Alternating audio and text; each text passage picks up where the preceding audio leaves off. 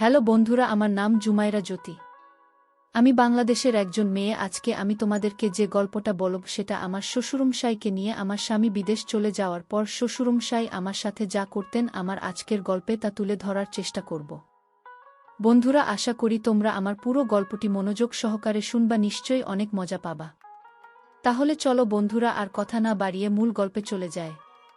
বন্ধুরা, আমার জীবনটা ছিল আর 10টা সাধারণ মেয়ের মতোই। বাবা মায়ের আদরে বড় হয়েছি। সবাই বলতো আমার চেহারায় নাকি মায়া আছে আর আমার হাসিটা নাকি মন ভালো করে দেয়। পড়াশোনা শেষ করার পরই নুমান বিল্লার সাথে আমার বিয়ে হয়। নুমান খুব ভালো মনের একজন মানুষ। বিয়ের পর ভালোবাসায় আর আদরে ভরিয়ে রেখেছিল আমাকে। আমাদের সংসারটা ছিল সুখের এক চিলতেনির। আমার শ্বশুর নাজিউল্লাহ সাহেব আর শাশুড়ি সাজিলা বেগম ও আমাকে নিজের মেয়ের মতোই ভালোবাসতেন। দেবর ইকরামুজ্জামান আর ননদ নরিফাও ছিল বন্ধুর মতো। সব মিলিয়ে একটা স্বপ্নের জীবন। বিয়ের ঠিক 2 বছরের মাথায় আমাদের ঘর আলো করে এলো আমার মেয়ে সোহানা। সোহানাকে পেয়ে আমাদের পরিবারে আনন্দের বন্যা বয়ে গেল। কিন্তু এই সুখ বেশিদিন স্থায়ী হল না। পরিবারের আর্থিক সচ্ছলতার কথা ভেবে নুমান বিদেশে যাওয়ার সিদ্ধান্ত নিল। মনটা খুব খারাপ হয়ে গিয়েছিল, কিন্তু আমি জানতাম আমাদের ভবিষ্যতের ভালোর জন্যই এই ত্যাগ স্বীকার করতে হবে। নুমানকে বিদায় জানানোর দিনটা ছিল আমার জীবনের সবচেয়ে কঠিন দিনগুলোর একটা। চোখের জল আটকে রেখে তাকে বলেছিলাম, তুমি কোনো চিন্তা করো না, আমি সবাইকে নিয়ে ভালো থাকব। নুমান বিদেশ চলে যাওয়ার পর প্রথম সব ঠিকই ছিল। শ্বশুর শাশুড়ি দেবর ননদ সবাই আমার খেয়াল রাখত। সোহানাকে নিয়ে আমার দিনগুলো কেটে যাচ্ছিল। আমি আমার শ্বশুরকে নিজের বাবার মতোই দেখতাম। তার প্রতিটি কথা আমি অক্ষরে অক্ষরে পালন করার চেষ্টা করতাম। শাশুড়ি মাও আমাকে রান্নাবান্না থেকে শুরু করে সংসারের সব কাজে সাহায্য করতেন। আমাদের পরিবারে একটা শান্তির পরিবেশ ছিল।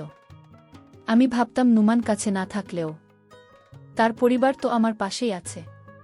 কিন্তু আমি বুঝতে পারিনি এই শান্তির আড়ালেই ঘনিয়ে আসছিল এক কালো মেঘ। আমার ননদ নরিফার মনে যে কি ছিল তা আমি প্রথমে বুঝতে পারিনি। সে আমার সাথে খুব ভালো ব্যবহার করত, কিন্তু তার চোখে দৃষ্টিতে মাঝে মাঝে আমি একটা অদ্ভুত হিংসার ঝলক দেখতে পেতাম। আমি বিশ্বাসটাকে খুব একটা বার্তা দিতাম না। ভাবতাম হয়তো আমার মনের ভুল, কিন্তু ধীরে ধীরে আমি বুঝতে পারলাম আমার এই ধারণাটা ভুল ছিল।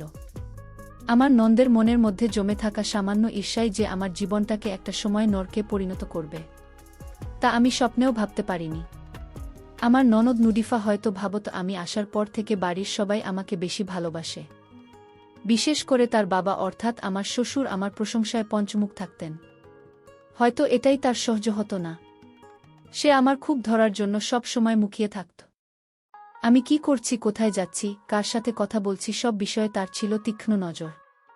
আমি প্রথমে বিষয়টা স্বাভাবিকভাবেই নিয়েছিলাম, কিন্তু দিন দিন তার নজরদারিটা আমার কাছে অস্বস্তিকর মনে হতে লাগল। সে আমার প্রতিটি কাজের ভুল ব্যাখ্যা করে আমার শ্বশুর শাশুড়ির কাছে বলতে শুরু করল। আমার স্বামী নোমানের সাথে যখন ভিডিও কলে কথা বলতাম, নুডিফা আশপাশেই ঘুরঘুর করত। আমি কি বলছি, নুমান কি বলছে, সব শোনার চেষ্টা করত। এরপর সে আমাদের কথার খণ্ডিত অংশকে ফুলিয়ে ফাঁপিয়ে আমার শাশুড়ির কাছে বলত। শাশুড়ি মা প্রথমে বিশ্বাস না করলেও একই কথা বারবার শোনার পর তার মনেও সন্দেহের বীজ নানা বাঁধতে শুরু করল। আমার শ্বশুর নাজিউল্লাহ সাহেব ছিলেন খুব সহজ সরল মানুষ। তিনি তার মেয়েকে খুব বিশ্বাস করতেন। তাই নুডিফা যখন তার কাছে আমার নামে কিছু বলত, তিনি সেটাই বিশ্বাস করতে শুরু করলেন। ধীরে ধীরে আমার শ্বশুরের আচরণেও আমি পরিবর্তন লক্ষ্য করলাম। তিনি আগের মতো আমার সাথে মন খুলে কথা বলতেন না। একটা দূরত্ব বজায় রেখে চলতেন। প্রায়ই আমাকে নানা বিষয়ে প্রশ্ন করতেন, যার মধ্যে একটা সন্দেহের সুর থাকত। আমি বুঝতে পারছিলাম কেউ একজন তার কান ভারী করছে, কিন্তু সেটা যে আমারই ননদ তা আমি পুরোপুরি নিশ্চিত হতে পারছিলাম না। আমার সরল মন কিছুতেই বিশ্বাস করতে চাইছিল না যে ননদ আমার সাথে বন্ধুর মতো মিশত সেই আমার এত বড় ক্ষতি করতে পারে। আমার জীবনে সে রহস্যময় আর কষ্টের অধ্যায়ের শুরুটা হয়েছিল। এভাবেই একটা সুখী পরিবারে কিভাবে সন্দেহের বিষ ছড়িয়ে পড়তে পারে তা আমি নিজের জীবন দিয়ে উপলব্ধি করতে শুরু করেছিলাম।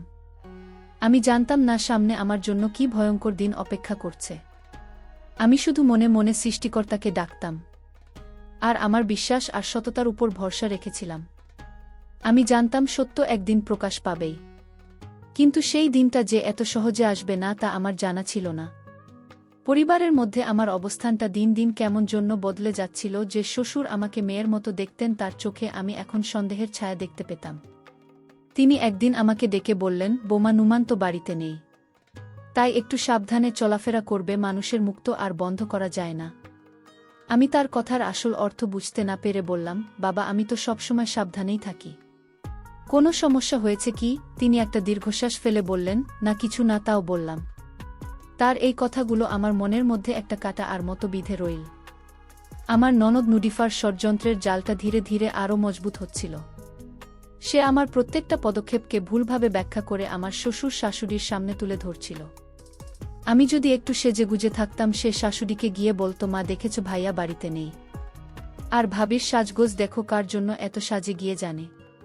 আমি যদি ফোনে আমার কোনো বন্ধুর সাথে হাসাহাসি করে কথা বলতাম, সে আমার শ্বশুরকে গিয়ে বলতো, বাবা বৌমা তো সারাদিন ফোনে কার সাথে যেন হাসাহাসি করে কথা বলে, আমাদের তো কিছুই বুঝতে দেয় না। এইসব কথা শুনে আমার শাশুড়িও কেমন যেন হয়ে গেলেন। তিনি এখন কথায় কথায় আমাকে খোঁটা দিতে শুরু করলেন। একদিন রান্না করতে গিয়ে তরকারিতে একটু লবণ বেশি হয়ে গিয়েছিল। শাশুড়ি মা সবার সামনে আমাকে উদ্দেশ্য করে বললেন, যার মন ঠিক থাকে না তার রান্নাবান্নাও ঠিক হয় না। আমি তার এই কথায় খুব কষ্ট পেলাম, কিন্তু মুখ ফুটে কিছুই বলতে পারলাম না।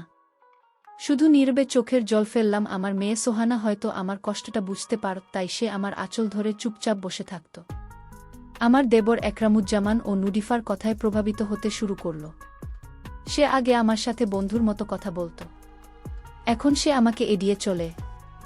বাড়িতে একটা গুমোট পরিবেশ তৈরি হলো, সবাই আমার সাথে কথা বলে, কিন্তু সেই কথায় আগের মতো আন্তরিকতা নেই। সবার চোখে মুখে একটা অদৃশ্য সন্দেহের দেয়াল। আমি একা হয়ে যাচ্ছিলাম। আমার স্বামী নুমানের সাথে যখন কথা বলতাম, তখনও আমি স্বাভাবিক থাকার চেষ্টা করতাম। আমি চাইতাম না আমাদের ভেতরের এই সমস্যার কথা সে জানতে পেরে কষ্ট পাক। কিন্তু আমার এই চেষ্টাও ব্যর্থ হলো। নুরিফার আমার শাশুড়ি মিলে নুমানকেও আমার বিরুদ্ধে বলতে শুরু করল। তারা তাকে বোঝানোর চেষ্টা করল যে আমি তার অনুপস্থিতির সুযোগ নিয়ে উচ্ছৃঙ্খল জীবন যাপন করছি। নুমান প্রথমে তাদের কথা বিশ্বাস করতে চায়নি। সে আমাকে ফোন করে জিজ্ঞেস করল, জ্যোতি বাড়িতে কোনো সমস্যা হয়েছে? মা আর নুডিফা তোমার নামে এসব কি বলছে? আমি তাকে বোঝানোর চেষ্টা করলাম যে এগুলো সব ভুল বোঝাবুঝি, কিন্তু দূর প্রবাসে বসে থাকা একজন মানুষের পক্ষে কোনটা সত্যি আর কোনটা মিথ্যা তা বোঝা খুব কঠিন ছিল। নুমানের মনেও ধীরে ধীরে সন্দেহের বীজ দানা বাঁধতে শুরু করল। তার গলার স্বরে আমি আগের সেই বিশ্বাস আর ভালোবাসা খুঁজে পেতাম না। সে এখন আমাকে নানা ধরনের প্রশ্ন করত। আজ কোথায় গিয়েছিলে, কার সাথে কথা বলেছ? তার এই প্রশ্নগুলো আমার বুকে তীরের মতো বিদ্ধ। যার ভালোবাসার উপর ভরসা করে আমি সব প্রতিকূলতা মোকাবেলা করার স্বপ্ন দেখতাম, সেও আমাকে অবিশ্বাস করতে শুরু করেছে। এই কষ্টটা আমি কিছুতেই মেনে নিতে পারছিলাম না। আমি বুঝতে পারছিলাম আমার বিরুদ্ধে একটা গভীর ষড়যন্ত্র হচ্ছে। আমাকে আমার স্বামীর কাছ থেকে দূরে সরিয়ে দেওয়ার জন্য, এই পরিবার থেকে তাড়িয়ে দেওয়ার জন্য। কেউ উঠে পড়ে লেগেছে, কিন্তু কে বা কারাই এর পেছনে আছে তা আমি স্পষ্ট করে বুঝতে পারছিলাম না। আমার মন বলছিল এর পেছনে আমার ননদ নুডিফারই হাত আছে, কিন্তু আমার কাছে কোনো প্রমাণ ছিল না। আমি কিভাবে সবাইকে বোঝাবো যে আমি নির্দোষ? এইভাবে সন্দেহের জালে জড়িয়ে আমার দিনগুলো কাটতে লাগল। প্রতিটি মুহূর্ত আমার কাছে অসহ্য মনে হতো। রাতে ঘুমাতে পারতাম না।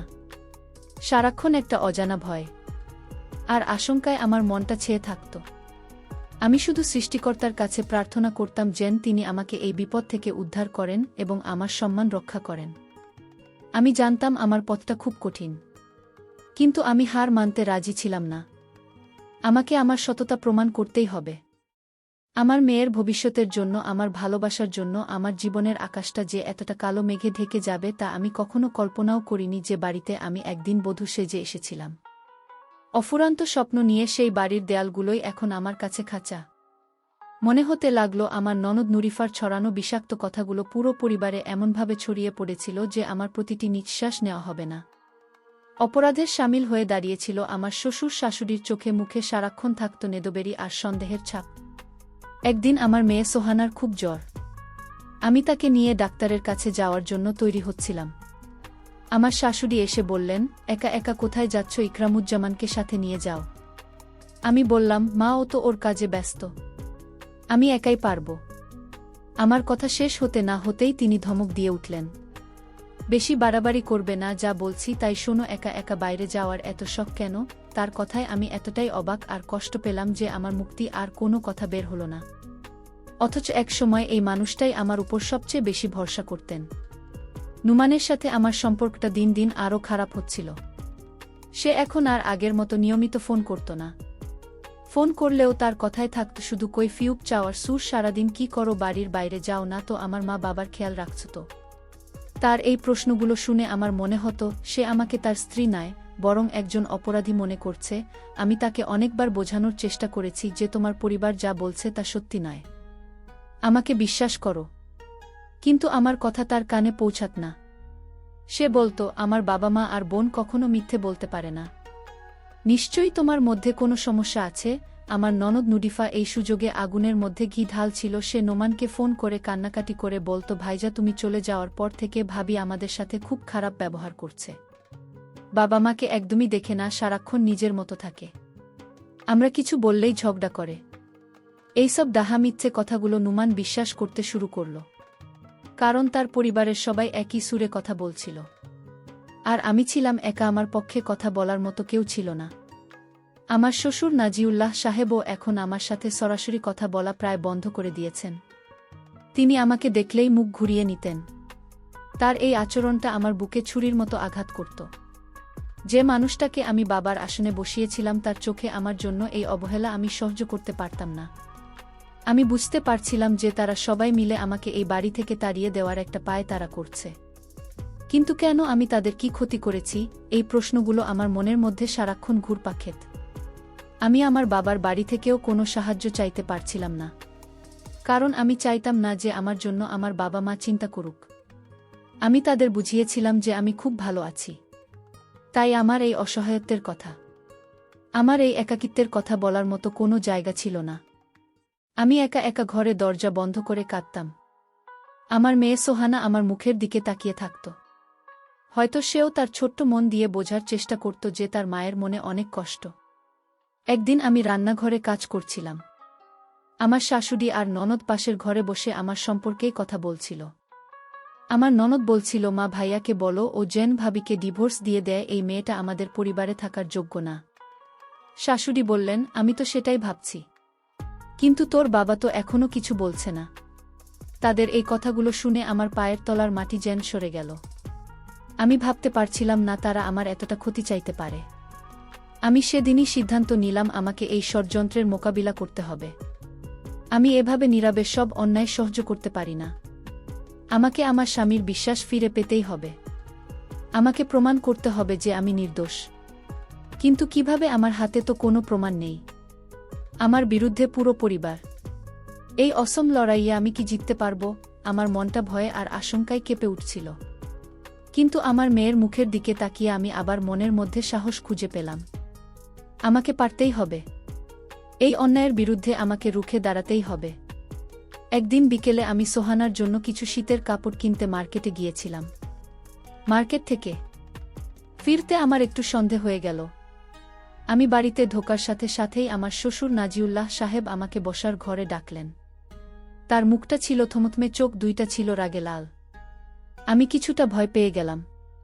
আমি তার সামনে গিয়ে দাঁড়াতেই তিনি গম্ভীর গলায় বললেন, বোমা এতক্ষণ কোথায় ছিলে? আমি স্বাভাবিকভাবেই উত্তর দিলাম, বাবা, সোহানার জন্য কিছু কাপড় কিনতে মার্কেটে গিয়েছিলাম। আমার কথা শুনে যেন তিনি আরও রেগে গেলেন। তিনি চেয়ার থেকে উঠে দাঁড়িয়ে আমার দিকে আঙুল তুলে বললেন, মার্কেটে গিয়েছিলে না? অন্য কোথাও? আমাদের কি এতই বোকা পেয়েছ? তোমার সব কীর্তি আমরা জানি। আমি তার কথায় আকাশ থেকে পড়লাম। হতভাগ্য বললাম, বাবা, আপনি এসব কি বলছেন? আমি কোথায় যাব? আমি তো শুধু মার্কেটে। আমাকে কথা শেষ করতে না দিয়েই তিনি চিৎকার করে উঠলেন, চুপ করো, একদম মিথ্যা কথা বলবে না। তোমার মতো মেয়ের জন্য আমাদের মান সম্মান সব ধুলো মিশে যাচ্ছে। আমার ছেলেটা বিদেশে খেটে মরছে আর তুমি এখানে রং তামাশা করে বেড়াচ্ছ। শ্বশুরের মুখ থেকে এই ধরনের কথা শুনে আমার মাথাটা ঘুরতে লাগল। আমার মনে হচ্ছিল আমি হয়তো জ্ঞান হারিয়ে ফেলব। আমার চোখ দিয়ে ঝরঝর করে পানি পড়তে লাগল। আমি কান্না জড়িত গলায় বললাম, বাবা, আমাকে বিশ্বাস করুন, আমি কোনো অন্যায় করিনি। আপনারা কেন আমাকে ভুল বুঝছেন? আমার কান্নায় তার মন একটুও গলল না। তিনি আগের মতোই কঠোর গলায় বললেন, তোমার এই চোখের জল দেখি আর কোনো লাভ হবে না। এখনো সময় আছে। নিজেকে শুধরে নাও, না হলে তোমার কপালে অনেক দুঃখ আছে। আমার শাশুড়ি, দেবর, ননদ সবাই সেখানে উপস্থিত ছিল। তারা সবাই এমনভাবে আমার দিকে তাকিয়েছিল যেন আমি সত্যিই কোনো বড় অপরাধ করে ফেলেছি। আমার ননদ নুডিফার মুখে ছিল একটা ক্রূর হাসির ঝলক। আমি বুঝতে পারলাম এই নাটকের মূল কারিগর সেই আমার শ্বশুরের কানে বিষ ঠেলেছে। কিন্তু আমি তখন এতটাই অসহায় ছিলাম যে প্রতিবাদ করার মতো ভাষাও খুঁজে পাচ্ছিলাম না। আমার মনে হচ্ছিল এই পৃথিবীতে আমার চেয়ে দুঃখী আর কেউ নেই। আমি কাঁদতে কাঁদতে নিজের ঘরে চলে এলাম। সোহান আমাকে কাঁদতে দেখে ভয় পেয়ে গেল। সে আমার গলা জড়িয়ে ধরে বলল, মা তুমি কাঁদছ কেন? দাদু তোমাকে বকেছে? আমি আমার মেয়েকে বুকে জড়িয়ে ধরে কান্নায় ভেঙে পড়লাম। আমি তাকে কি উত্তর দেব, কিভাবে বোঝাব যে তার মা কোনো অন্যায় না করেও আজ সবার চোখে অপরাধী? আমার স্বামী নোমানকে ফোন করার মতো সাহসও আমার ছিল না। আমি জানতাম এই ঘটনাটা তার কানে পৌঁছালে সে আমাকেই দোষারোপ করবে। সেই রাতটা ছিল আমার জীবনের সবচেয়ে অন্ধকার রাত। আমার মনে হচ্ছিল আমার চারপাশের সব দরজা বন্ধ হয়ে গেছে। একদিকে শ্বশুরবাড়ি সবার অকথ্য মানসিক অত্যাচার, অন্যদিকে স্বামীর অবিশ্বাস। এই দুইটা চাপ আমি আর সহ্য করতে পারছিলাম না। আমার মনে হচ্ছিল এই সংসার ছেড়ে অনেক দূরে কোথাও চলে যায়। কিন্তু পরক্ষণেই আমার মেয়ের মায়াবী মুখটার কথা মনে পড়ল। আমি যদি চলে যাই তাহলে আমার এই মাসুম বাচ্চাটার কি হবে? তাকে আমি এই ষড়যন্ত্রকারীদের হাতে একা ফেলে রেখে যেতে পারি না। আমি সারা রাত ধরে ভাবলাম আমাকে এখান থেকে পালিয়ে গেলে চলবে না। পালিয়ে যাওয়া মানেই হলো তাদের মিথ্যা অভিযোগগুলোকে সত্যি বলে মেনে নেওয়া। আমাকে এখানে ভাগতে হবে, এই বাড়িতেই, এবং আমাকে প্রমাণ করতে হবে যে আমি পবিত্র, আমি নির্দোষ। তারা আমার সাথে যত অন্যায় করুক না কেন, আমি আমার সততার পথ থেকে এক চুলও নড়ব না। আমি সৃষ্টিকর্তার উপর ভরসা রাখলাম। আমি জানতাম তিনি নিশ্চয়ই আমার প্রতি এত বড় অবিচার হতে দেবেন না। মনের মধ্যে এই দৃঢ় সংকল্প নিয়ে আমি পরদিন সকালে ঘুম থেকে উঠলাম। আমি ঠিক করলাম, আজ থেকে আমি আর কাঁদব না। আমি আমার স্বাভাবিক কাজগুলো করে যাব। তাদের অবহেলা, তাদের অপমান আমি নীরবে সহ্য করব। কিন্তু আমি আমার আত্মসম্মানকে বিসর্জন দেব না। আমি আমার আচরণের মাধ্যমে, আমার কাজের মাধ্যমে তাদের দেখিয়ে দেব যে তারা একজন নিরপরাধ মানুষকে কতটা কষ্ট দিচ্ছে। আমার এই নীরব প্রতিবাদী হবে আমার সবচেয়ে বড় অস্ত্র। এরপর থেকে আমার জীবনটা একটা ভিন্ন খাতে বইতে শুরু করল। আমি আমার শ্বশুর বাড়ির সবার সাথে প্রয়োজন ছাড়া কথা বলা প্রায় বন্ধ করে দিলাম। তাদের অপমান আর অবহেলাকে আমি আমার দৈনন্দিন জীবনের একটা অংশ হিসেবেই মেনে নিয়েছিলাম। কিন্তু আমার মনটাকে আমি শক্ত রেখেছিলাম। আমি সারাদিন আমার মেয়ে সোহানাকে নিয়ে থাকতাম। তাকে পড়াতাম, তার সাথে খেলতাম। আর বাকি সময়টা আমি সংসারের কাজে নিজেকে ব্যস্ত রাখতাম। আমি তাদের কোনো সুযোগই দিতে চাইতাম না যা দিয়ে তারা আমার বিরুদ্ধে নতুন কোনো অভিযোগ আনতে পারে। কিন্তু ষড়যন্ত্রকারীদের মন্ত্র তাতে শান্ত হয় না। আমার এই নীরবতাকেও তারা ভুলভাবে ব্যাখ্যা করতে শুরু করল। আমার ননদ নুরিফা আমার শাশুড়িকে বলল, মা দেখেছ ভাবির কত দেমাগ, আমাদের সাথে কথাই বলে না, নিশ্চয়ই কোনো বড় পরিকল্পনা করছে। শাশুড়ি মা ও তার কথায় সায় দিয়ে বললেন, ঠিকই বলেছিস। এই মেয়ের পেটে পেটে এত শয়তানি তা আমি আগে বুঝতেই পারিনি। তাদের এই ধরনের কথাবার্তা এখন আমার কানে এলেও আমি আর আগের মতো কষ্ট পেতাম না। আমার মনটা যেন পাথর হয়ে গিয়েছিল। একদিন আমি আমার ঘরে বসে একটা বই পড়ছিলাম। হঠাৎ আমার ননদ আর দেবরের কথোপকথন আমার কানে এল। তারা পাশের ঘরে বসে কথা বলছিল। আমার দেবর ইকরামুজ্জামান বলছিল, আপা আমরা কি কাজটা ঠিক করছি? ভাবি তো খুব ভালো মানুষ, আমাদের জন্য এত কিছু করে। আর আমরা তার সাথেই। তার কথা শেষ না হতেই আমার ননদ ধমক দিয়ে বলল, চুপ কর, তুই বেশি বুঝিস। এই মেয়েকে বাড়ি থেকে তাড়াতে না পারলে আমাদের কারোরই শান্তি নেই। আর ভাইয়ার সব সম্পত্তি তো ওই নিয়ে নেবে। তাদের কথা শুনে আমি স্তম্ভিত হয়ে গেলাম। তাহলে আসল কারণ এই সম্পত্তি? তারা ভাবছে আমি নুমানের সব সম্পত্তি দখল করে নেব, আর তাই তারা আমাকে তাড়ানোর জন্য এত কিছু করছে। আমার কাছে বিশ্বাসটা পরিষ্কার হয়ে গেল। এতদিন আমি ভাবতাম হয়তো কোনো ভুল বোঝাবুঝির কারণে তারা আমার সাথে এমন করছে, কিন্তু এখন আমি বুঝতে পারলাম এটা কোনো ভুল বোঝাবুঝি নয়। এটা একটা পরিকল্পিত ষড়যন্ত্র। আমার প্রতি তাদের এই আক্রোশের পেছনে লুকিয়ে আছে লোভ। ঠিক সামান্য সম্পত্তির জন্য মানুষ এতটা নিচু নামতে পারে? তারা একবারও আমার মেয়েটার কথা ভাবল না। তারা একবারও তাদের ভাইয়ের সংসারের কথা ভাবল না। আমার খুব কষ্ট হচ্ছিল, কিন্তু সাথে সাথে আমার মনের মধ্যেও একটা জেদ চেপে বসল। আমি কিছুতেই এই লোভী মানুষগুলোর কাছে হার মানব না। আমি আমার এবং আমার মেয়ের অধিকারের জন্য শেষ পর্যন্ত লড়ে যাব। আমি মনে মনে একটা পরিকল্পনা করলাম। আমাকে এই ষড়যন্ত্রের প্রমাণ জোগাড় করতে হবে। আমাকে নুমানকে জানাতে হবে যে তার প্রিয় ভাই বোন আর বাবা মা তার অগোচরে তার সংসারটা ভেঙে দেওয়ার জন্য কি ভয়ঙ্কর খেলা খেলছে। কিন্তু কাজটা খুব সহজ ছিল না। তারা সবাই খুব চালাক ছিল। আমার সামনে তারা এমনভাবে থাকত যেন কিছুই হয়নি, কিন্তু আড়ালে তারা ঠিকই আমার বিরুদ্ধে ষড়যন্ত্রের জাল বুনত। আমি সুযোগের অপেক্ষায় থাকলাম। আমি তাদের ফোন কল, তাদের কথাবার্তা খুব মনোযোগ দিয়ে শোনার চেষ্টা করতাম। আমি চাইতাম এমন একটা প্রমাণ আমার হাতে আসুক যা দিয়ে আমি নোমানের সামনে তাদের মুখোশটা খুলে দিতে পারি। কিন্তু তারা আমার সামনে খুব সতর্ক থাকত। আমি বুঝতে পারছিলাম একা একা এই লড়াইটা জেতা আমার জন্য খুব কঠিন হবে। আমার একমাত্র ভরসা ছিল সৃষ্টিকর্তা। আমি প্রতিদিন নামাজ পড়ে তার কাছে কান্নাকাটি করতাম। আমি বলতাম, হে আল্লাহ, তুমি তো সব দেখছো, তুমি তো জানো আমি নির্দোষ, তুমি আমাকে একটা পথ দেখাও, তুমি এই অন্যায়ের বিচার করো। আমি বিশ্বাস করতাম সৃষ্টিকর্তা কখনো একজন নিরপরাধের প্রার্থনা ফিরিয়ে দেন না। তিনি নিশ্চয়ই এমন কিছু করবেন যাতে সত্যটা সবার সামনে প্রকাশ পায়। আমার এই বিশ্বাসই আমাকে সে কঠিন সময়ে বেঁচে থাকার শক্তি জুগিয়েছিল। আমি দিনের পর দিন অপেক্ষা করতে লাগলাম একটা অলৌকিক ঘটনার জন্য। আমি জানতাম সত্যের জয় হবেই, হয়তো একটু দেরি হবে, কিন্তু ষড়যন্ত্রের এই কালো মেঘ একদিন কেটে যাবেই এবং আমার জীবনে আবার নতুন করে সূর্য উঠবে। আমার এই ধৈর্য আর বিশ্বাসই ছিল আমার সবচেয়ে বড় শক্তি। আমার ধৈর্যের বাঁধটা ধীরে ধীরে ভাঙতে শুরু করেছিল। প্রতিদিন একই ধরনের মানসিক অত্যাচার সহ্য করাটা ছিল অসহনীয়। নুমানের সাথে আমার যোগাযোগ প্রায় বিচ্ছিন্ন হয়ে গিয়েছিল। সে ফোন করলে শুধু কাজের কথা বলত, আর নয়তো তার পরিবারের পাঠানো মিথ্যা অভিযোগের ভিত্তিতে আমাকে জেরা করত। আমাদের মধ্যে ভালোবাসার যে সেতুটা ছিল সেটা যেন পুরোপুরি ভেঙে গিয়েছিল। আমি যখনই তাকে বোঝানোর চেষ্টা করতাম সে বলত, তুমি আগে নিজেকে বদলাও, তারপর আমার সাথে কথা বলবে। আমার ননদ নুডিফা আর শাশুড়ি এখন আমাকে তাড়ানোর জন্য নতুন নতুন ফোন দিয়ে আসতে শুরু করল। তারা বাড়িতে ইচ্ছে করে এমন সব পরিস্থিতি তৈরি করত যাতে দোষটা আমার ঘাড়ে এসে পড়ে। একদিন শাশুড়ি মা তার একটা সোনার হার খুঁজে পাচ্ছিলেন না। তিনি সাথে সাথে পুরো বাড়ি শুদ্ধ মাথায় তুললেন এবং সরাসরি আমাকে চোর বলে অপবাদ দিলেন। তিনি চিৎকার করে বলতে লাগলেন, এই অলক্ষণে মেয়েটাই আমার হাত চুরি করেছে, ও আমাদের সবাইকে পথে বসিয়ে ছাড়বে।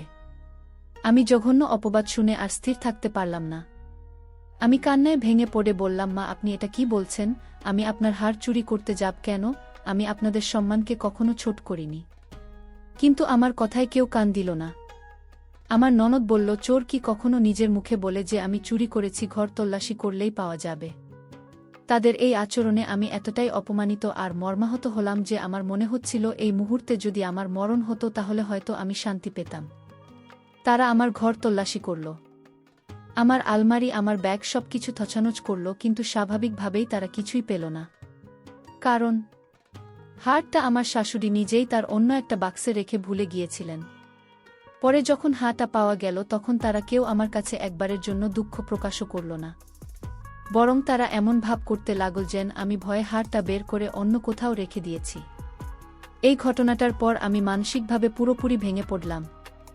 আমি সিদ্ধান্ত নিলাম আমি আর এই নরকে থাকব না। আমি আমার মেয়েকে নিয়েই বাড়ি থেকে চলে যাব। আমি আমার স্বামীকে ফোন করে বললাম, আমি আর এখানে এক মুহূর্ত থাকতে চাই না। আমার পরিবার আমাকে চোরের অপবাদ দিয়েছে। আমি আমার মেয়েকে নিয়ে চলে যাচ্ছি। নুমান আমার কথা শুনে একটু বিচলিত হল না। উল্টো সে আমাকে বলল, কোথায় যাবে তুমি? আমার বাড়িতেই তোমাকে থাকতে হবে। আর আমার মা যখন বলেছে তখন নিশ্চয়ই তুমি কিছু একটা করেছ। আমার স্বামীর মুখ থেকে এই কথা শোনার পর আমার আর কোনো আশা রইল না। আমি বুঝতে পারলাম এই মানুষটা তার পরিবারের অন্ধবিশ্বাসে এতটাই ডুবে আছে যে আমার সত্যি কথাটা তার কানে আর কোনোদিনও পৌঁছাবে না। আমার মনটা বিতৃষ্ণায় ভরে গেল। আমি ফোনটা কেটে দিলাম। আমার মনে হলো আমার ভালোবাসার মানুষটা আমার জন্য মরে গেছে। এখন যে আছে সে আমার স্বামী নয়, সে তার লোভী পরিবারের হাতের পুতুল। আমি আমার জিনিসপত্র গোছাতে শুরু করলাম। আমার মেয়েটা আমার মুখের দিকে তাকিয়েছিল। তার চোখে ছিল রাজ্যের প্রশ্ন। আমি তাকে বুকে জড়িয়ে ভরে বললাম, মা, আমরা একটা নতুন জায়গায় যাব। সেখানে আমাদের কেউ কষ্ট দেবে না।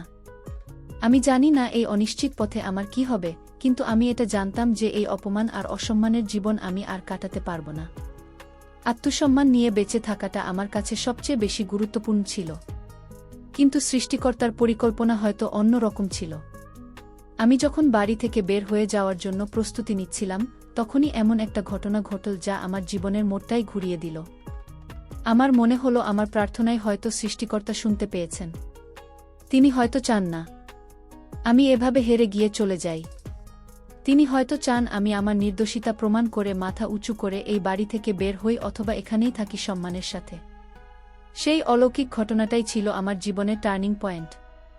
আমি যখন আমার ছোট্ট ব্যাগটা গুছিয়ে সুহানার হাত ধরে ঘর থেকে বের হতে যাব, ঠিক তখনই বাইরে থেকে একটা চিৎকারের আওয়াজ এলো। আমরা সবাই দৌড়ে বাইরে গেলাম, গিয়ে দেখলাম আমার শ্বশুর নাজিউল্লাহ সাহেব উঠোনের কোণে পড়ে কাতরাচ্ছেন। সেদিন সকাল থেকেই ঝিরিঝিরি বৃষ্টি হচ্ছিল, উঠোনটা বেশ পিচ্ছিল হয়েছিল। তিনি হয়তো কোনো কাজে বাইরে যাচ্ছিলেন, আর পা পিছলে পড়ে গেছেন, তার ডান পাটা খুব বাজেভাবে মচকে গিয়েছিল। আমরা সবাই মিলে ধরাধরি করে তাকে ঘরে নিলাম। তার পায়ের ব্যথাটা এতটাই মারাত্মক ছিল যে তিনি যন্ত্রণা ছটফট করছিলেন। আমরা দ্রুত একজন ডাক্তারকে ফোন করলাম। ডাক্তার এসে পরীক্ষা করে বললেন পায়ের হাড়ে চিড় ধরেছে, প্লাস্টার করতে হবে, কয়েক সপ্তাহ পুরোপুরি বিশ্রামে থাকতে হবে।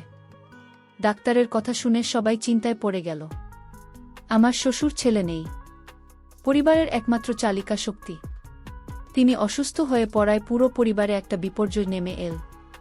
এই ঘটনার পর আমার বাড়ি ছেড়ে যাওয়ার পরিকল্পনাটা ভেস্তে গেল। এই অবস্থায় আমার শ্বশুরকে ফেলে রেখে চলে যাওয়াটা আমার বিবেক সায় দিল না। আমি আমার ব্যাগপত্র আবার আগের জায়গা রেখে দিলাম এবং আমার শ্বশুরের সেবায় নিজেকে পুরোপুরি নিয়োজিত করলাম। আমি তার জন্য স্যুপ তৈরি করতাম, সময় মতো ওষুধ খাওয়াতাম, তার ক্ষতস্থান ড্রেসিং করে দিতাম। আমি আমার নিজের বাবার মতোই তার সেবা করতে লাগলাম। কিন্তু আমার এই সেবাটাও আমার শাশুড়ি আর নন্দের চোখে ভালো ঠেকল না। আমার শাশুড়ি মা আমাকে অহেতুক দোষারোপ করতে শুরু করলেন। তিনি বলতে লাগলেন, তোর জন্যই আজ আমার স্বামীর এই অবস্থা। তুই একটা অলক্ষণে। তুই এই বাড়িতে আসার পর থেকেই আমাদের সংসারে একের পর এক বিপদ লেগেই আছে। আমি তার কথায় অবাক হয়ে বললাম, মা, উনি তো বৃষ্টির পানিতে পা পিছলে পড়ে গেছেন, এর মধ্যে আমার দোষ কোথায়? তিনি চিৎকার করে বললেন, চুপ কর পাপিষ্ঠা, তোর মুখ আমি দেখতে চাই না। আমার ননদ নুডিফাও আমার স্বামীর কাছে ফোন করে বলল, ভাইজা তুমি তাড়াতাড়ি চলে এসো, বাবা খুব অসুস্থ আর ভাবির জন্য বাবার এই অবস্থা হয়েছে, ভাবি নিশ্চয়ই বাবাকে ধাক্কা মেরে ফেলে দিয়েছে। এই ধরনের জঘন্য মিথ্যে কথা শুনে আমার গা জ্বলে যাচ্ছিল, কিন্তু আমি কোনো প্রতিবাদ করলাম না। আমি শুধু নীরবে আমার দায়িত্ব পালন করে যেতে লাগলাম। আমি জানতাম আমি যদি এখন এদের সাথে ঝগড়া করি তাহলে অসুস্থ মানুষটা আরও বেশি কষ্ট হবে। আমার শ্বশুরের অসুস্থতার খবর পেয়ে নোমান খুব দ্রুত বিদেশ থেকে চলে এলো। সে বাড়িতে এসেই তার বাবার অবস্থা দেখে খুব ভেঙে পড়ল। আমার শাশুড়ি আর ননদ এই সুযোগে আমার বিরুদ্ধে তার কান ভারী করতে লাগল। তারা তাকে বোঝানোর চেষ্টা করল যে আমি এই সব কিছুর জন্য দায়ী। নুমান তাদের কথা শুনে আমার সাথে খুব খারাপ ব্যবহার করল। সে আমাকে বলল, তোমার জন্য আজ আমার বাবার এই অবস্থা, আমি তোমাকে কিছুতেই ক্ষমা করব না। আমি তার এই আচরণে খুব কষ্ট পেলাম, কিন্তু আমি হাল ছাড়লাম না। আমি আমার স্বামীর অবহেলা আর আমার শ্বশুর বাড়ির সবার অত্যাচার সহ্য করেও আমার শ্বশুরের সেবা করে যেতে লাগলাম। আমি রাতে জেগে তার পাশে বসে থাকতাম, তার পায়ে গরম সেক দিতাম। আমার সেবা যত্নে আমার শ্বশুর ধীরে ধীরে সুস্থ হতে শুরু করলেন। তিনি হয়তো মুখে কিছু বলতেন না, কিন্তু আমি তার চোখে আমার জন্য একটা অন্যরকম দৃষ্টি দেখতে পেতাম। তার কঠোর দৃষ্টিটা যেন ধীরে ধীরে কোমল হয়ে আসছিল। আমি বুঝতে পারছিলাম আমার সেবা আর ধৈর্য হয়তো তার মনের ভেতরের ভুল ধারণাগুলোকে নাড়া দিতে শুরু করেছে। তিনি হয়তো বুঝতে পারছিলেন যে যে মেয়েটাকে তারা সবাই মিলে এত অত্যাচার করেছে, সেই মেয়েটাই আজ তার বিপদের দিনে সবচেয়ে বেশি পাশে আছে। আমি কোনো কিছুর আশা না করেই আমার কর্তব্য করে যাচ্ছিলাম। আমার মনে একটা বিশ্বাস ছিল, সত্য একদিন প্রকাশ পাবেই, আর সেই দিনটা হয়তো খুব বেশি দূরে নয়। আমার শ্বশুরের সুস্থ হয়ে ওঠাই ছিল আমার একমাত্র প্রার্থনা। আমার সেবা যত্নে আমার শ্বশুরমশাই ধীরে ধীরে সুস্থ হয়ে উঠলেন। তিনি এখন লাঠিতে ভর দিয়ে অল্প অল্প হাঁটতে পারেন। একদিন সন্ধ্যায় তিনি বাড়ির সবাইকে তার ঘরে ডাকলেন। আমার স্বামী, শাশুড়ি, দেবর, ননদ সবাই উপস্থিত হল। আমাকেও ডাকা হলো। আমার বুকটা ধড়ফড় করছিল। আমি ভাবছিলাম আজ হয়তো আমার বিদায়ের পালা। তারা হয়তো সবাই মিলে আমাকে বাড়ি থেকে বের করে দেওয়ার চূড়ান্ত সিদ্ধান্তটা জানাবে। আমি মনে মনে স্রষ্টাকে ডাকছিলাম। সবাই উপস্থিত হওয়ার পর আমার শ্বশুরমশাই কিছুক্ষণ চুপ করে রইলেন। তারপর তিনি আমার শাশুড়ির দিকে তাকিয়ে বললেন, সাজিলা, তোমরা সবাই মিলে বৌমাকে নিয়ে একটা সালিশে বসতে চেয়েছিলে, তাই না? তোমরা তো চেয়েছিলে ওকে এই বাড়ি থেকে বের করে দিতে। আমার শাশুড়ি কিছুটা অবাক হয়ে বললেন, হ্যাঁ, চেয়েছিলাম। কারণ এই মেয়ের জন্যই আমাদের সংসারে এত অশান্তি।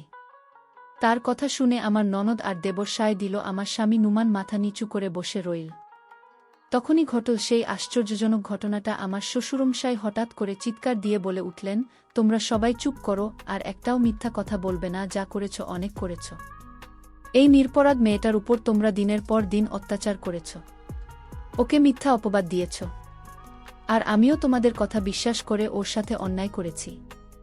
তার এই কথা শুনে ঘরের মধ্যে যেন পিনপতন নীরবতা নেমে এল। সবাই অবাক হয়ে তার মুখের দিকে তাকিয়ে রইল।